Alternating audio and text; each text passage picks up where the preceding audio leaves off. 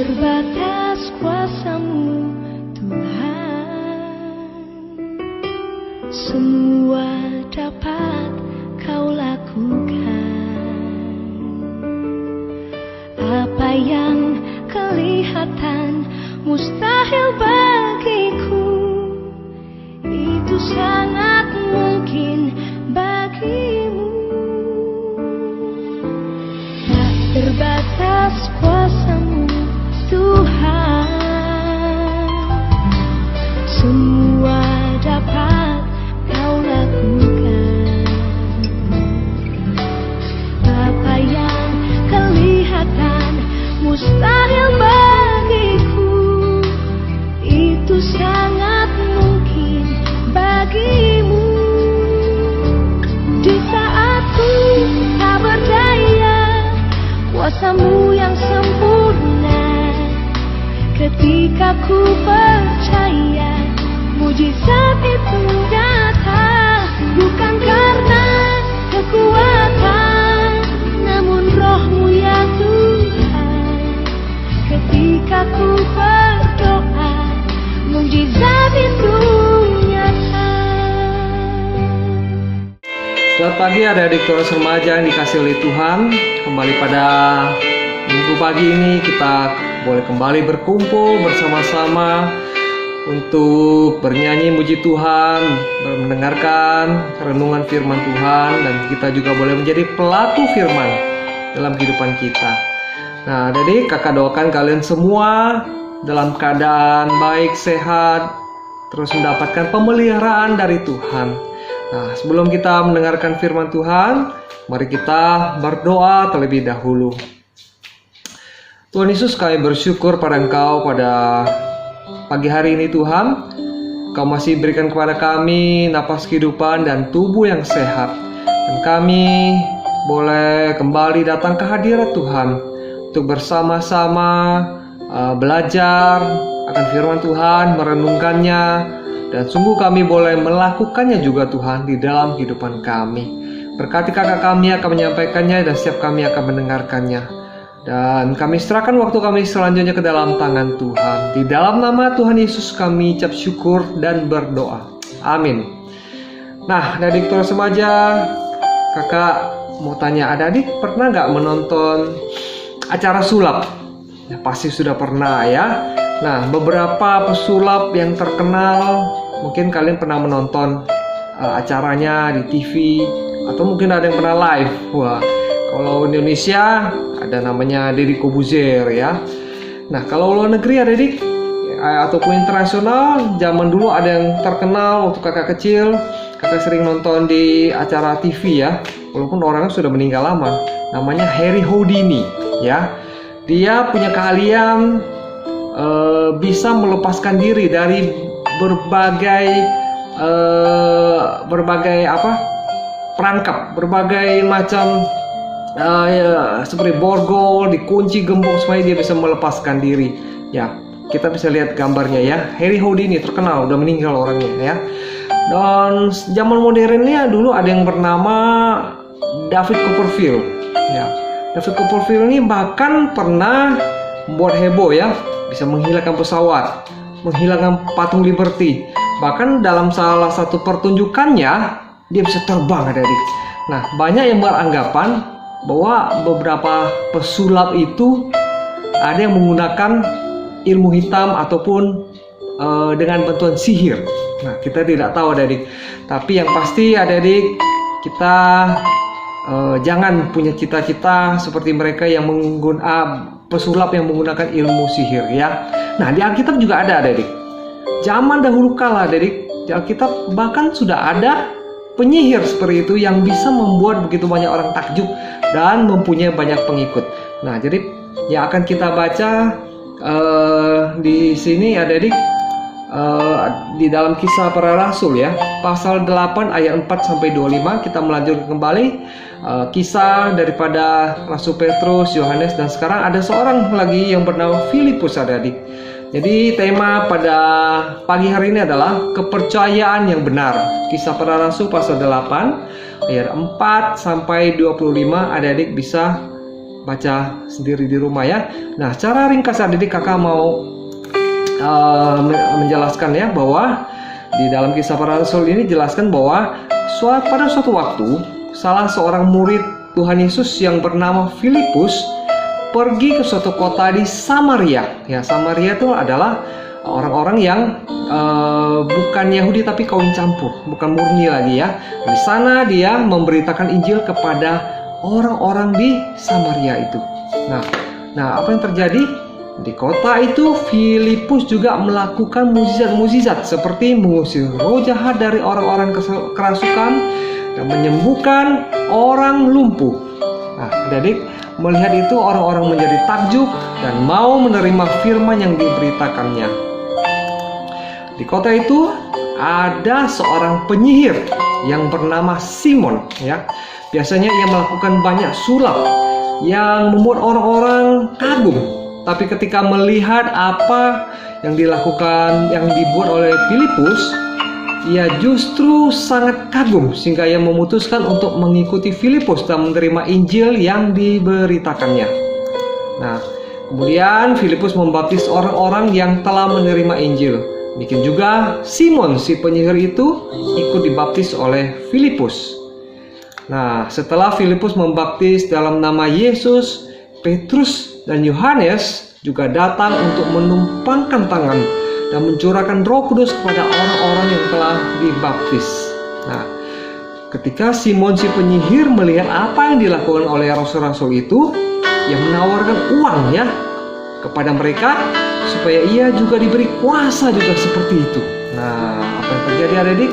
Rasul Paulus marah dan menegurnya karena ia menyangka bahwa ia dapat membeli karunia Allah dengan uang dan menyuruhnya untuk bertobat. Nah, Simon si penyihir pun meminta ampun pada Petrus dan supaya Petrus mendoakannya sehingga ia diampuni oleh Tuhan. Nah, jadi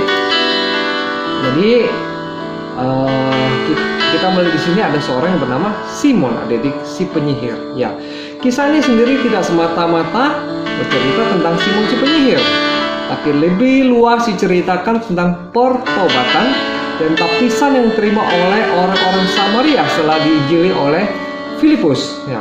Orang-orang Samaria sendiri memilih untuk bertobat setelah mendengar pemberitaan tentang Mesias, yaitu Tuhan Yesus, yang disertai dengan tanda-tanda kuasa yang ditunjukkan oleh Filipus. Nah, kita bisa melihat di ayat 4-8.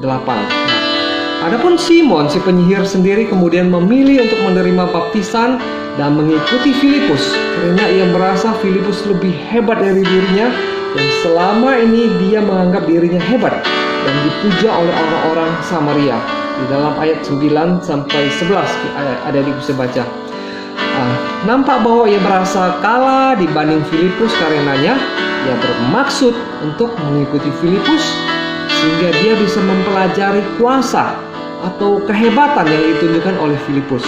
Nah, pertobatan dan baptisan yang diterima oleh Simon si penyihir ini hanyalah sebuah cara untuk mendapatkan sesuatu yang lebih menarik daripada apa yang sudah didapatkannya selama ini, sehingga kesadaran untuk mengikuti Tuhan Yesus sebagai Mesias itu belum ada dalam dirinya ya.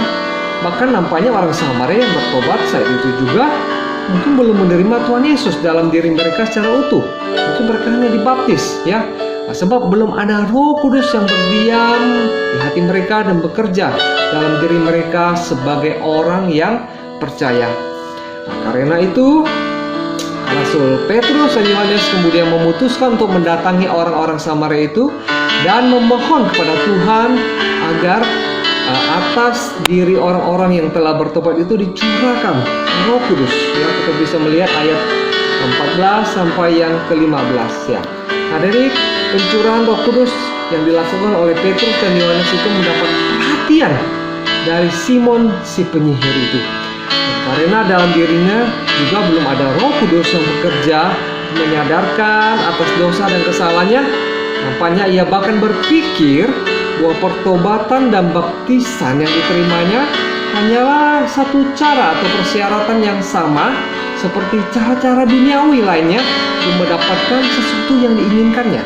Nah, mungkin sebelumnya ia pernah mengikuti berbagai ritual untuk mendapatkan atau mempelajari ilmu sihir yang dia miliki, dan saat ini dia menganggap baptisan yang diterimanya sama seperti itu. Nah, jadi dia seperti orang duniawi ya berpikir ya. Nah, jadi dengan cara duniawi pula ia mencoba untuk memperoleh kuasa yang sama seperti yang dimiliki oleh para rasul, yaitu dengan cara membeli, adik-adik. Nah, namun teguran Petrus yang sangat keras kita bisa lihat di dalam ayat yang ke-20 sampai 23 ya, memberikan penegasan yang penting bagi Simon si penyihir dan orang-orang Samaria bahwa kita saat ini bahwa kuasa Allah tidak dapat dibeli ya. Baik dengan uang maupun dengan kemampuan yang kita miliki, dan juga kuasa dari Allah bukan untuk kepentingan atau kebanggaan pribadi. Apa yang Allah berikan semata-mata untuk kemuliaan namanya, bukan untuk keuntungan pribadi ya. Nah, jadi kita dapat belajar dua hal tentang sikap yang benar sebagai pengikut Tuhan Yesus ya. Yang pertama, bahwa kepercayaan kepada Tuhan Yesus bukanlah satu jimat atau mantra yang bisa menghasilkan segala sesuatu yang kita inginkan. Jadi jangan bersikap seperti Simon si penyihir yang berharap dapat percaya dan dibaptis akan mendapat kuasa yang besar untuk melakukan sihirnya demi kebanggaan dan keuntungan pribadinya. Nah, adik-adik jangan berharap menjadi pintar dengan menjadi pengikut Tuhan Yesus tanpa mau belajar. Ya, tidak bisa ya. Nah, kemudian adik yang kedua, ya, bahwa apapun yang kita lakukan atau berikan untuk pekerjaan Tuhan semata-mata untuk memuliakan nama Tuhan, dan jangan lakukan untuk kemuliaan atau keuntungan diri kita sendiri. Ya, berkat dan karunia dari Tuhan adalah pemberian Tuhan semata dan bukan hasil dari upaya kita. Karena itu jangan berpikir untuk membayar atau membeli berkat atau karunia Tuhan. Ya, nah, kita memberikan persembahan ya baik materi maupun diri kita sebagai respon atas kasih dan kemurahan Tuhan yang sudah dianugerahkan kepada kita, bukan untuk membayar atau membeli kasih dan karunia daripada Tuhan.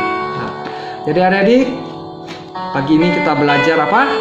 Ya, kita tahu bahwa karunia keselamatan itu adalah anugerah dari Tuhan, pemberian daripada Tuhan.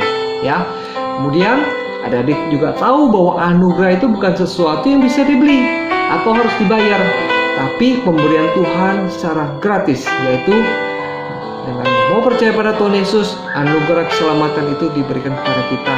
Adik-adik, dan kalau kita sungguh-sungguh percaya, Roh Kudus juga akan tinggal di dalam hati kita, ya, untuk menegur kita, mengubah kita supaya kita tidak jatuh lagi dalam dosa. Nah, adik-adik mau mengikut Tuhan Yesus karena adik-adik mengasihi Tuhan yang telah terlebih dahulu mengasihi kita. Nah, adik-adik, firman Tuhan kakak sampai di sini. Nanti kakak akan memberikan kuis ya jam 8.30. Nah, kakak harap kalian semua bisa menjadi pelaku firman atas firman Tuhan yang kita dengarkan pada pagi hari ini. Nah, kita akan menutup firman Tuhan ini dalam doa ya. Mari kita berdoa.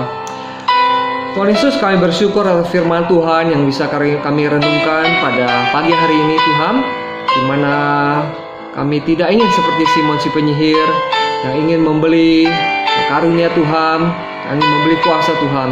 Dan kami sadar bahwa semua yang Tuhan berikan pada kami semua adalah anugerah, pemberian yang gratis yang Tuhan sudah berikan kepada kami melalui kasih-Mu ya Tuhan. Dan anugerah Tuhan yang terindah yaitu Tuhan Yesus sebagai juru selamat kami yang telah datang ke dunia ini untuk mati di kayu salib menebus dosa kami, sehingga kami boleh percaya pada Tuhan Yesus dan kami boleh mendapatkan anugerah yaitu keselamatan yang kekal dalam kerajaan surga. Terima kasih Tuhan, kami bersyukur atas semuanya ini. Kami rindu juga boleh menjadi saksi-Mu Tuhan di tengah-tengah kehidupan kami, mengabarkan juga Injil kepada orang-orang yang belum percaya. Terima kasih Tuhan, kami serahkan firman dalam tangan Tuhan yang boleh terus berbicara dalam kehidupan kami. Di dalam nama Tuhan Yesus kami berdoa. Terima kasih adik-adik semua. Kita terus boleh belajar akan firman Tuhan setiap minggu. Sampai jumpa. Shalom, Tuhan berkati.